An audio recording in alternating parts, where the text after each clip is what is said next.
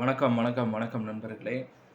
நாம் தமிழர் கட்சியின் தலைமை ஒருங்கிணைப்பாளர் சீமான், ஈழத் தமிழர்களை ஏமாற்றி பணம் சம்பாதித்ததாக குற்றச்சாட்டு எழுந்துள்ளது.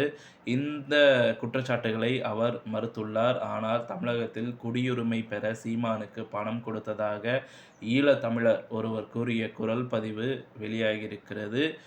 இந்த வீடியோவ பார்க்கறதுக்கு முன்னாடி நம்ம சேனலை சப்ஸ்கிரைப் பண்ணி பெல் ஐகானை கிளிக் பண்ணி வச்சுக்கோங்க. அதாவது இந்த குரல் பதிவு வெளியாகியிருக்கின்ற நிலையில, இதற்கு ஆதாரமாக இந்த குரல் பதிவை தமிழ் மக்கள் அ அபிர்வி அபிவிருத்தி படையின் தலைவர் வீரலட்சுமி வெளியிட்டிருக்கிறாங்க.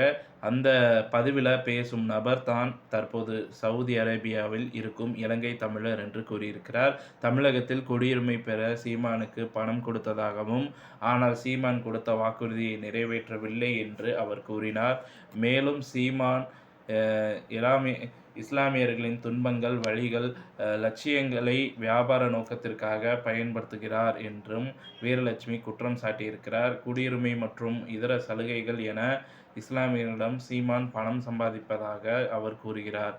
இந்த குற்றச்சாட்டுகள் அனைத்தையும் சீமான் மறுத்துள்ளார். ஈழத்தமிழர்களின் உரிமைகளுக்காக போராடுவதாகவும், அவர்களால் பணம் சம்பாதிக்கவில்லை என்று கூறுகிறார். வீரலட்சுமி அரசியல் உள்நோக்க கொண்டவர் என்றும் அவர் குற்றம் சாட்டியிருக்கிறார் சீமான் அவர்கள். இந்த குரல் பதிவு வெளியாகி தமிழகத்தில் மிகப்பெரிய பரபரப்பை ஏற்படுத்தியுள்ளது. உண்மை என்னவென்று யாருக்கும் தெரியவில்லை. ஆனால் சீமானுக்கும் வீரலட்சுமிக்கும் இடையே விரிசல் அதிகரித்து வருவது தெளிவாக புரிகிறது. இத்துடன் இந்த செய்தி தகவல் முடிவடைகிறது. இந்த செய்தி தகவல் பிடிச்சிருந்தா நம்ம வீடியோவை லைக் பண்ணுங்க, ஷேர் பண்ணுங்க. மறக்காம நம்ம சேனலை சப்ஸ்கிரைப் பண்ணி பெல் ஐகானை கிளிக் பண்ணி வச்சுக்கோங்க.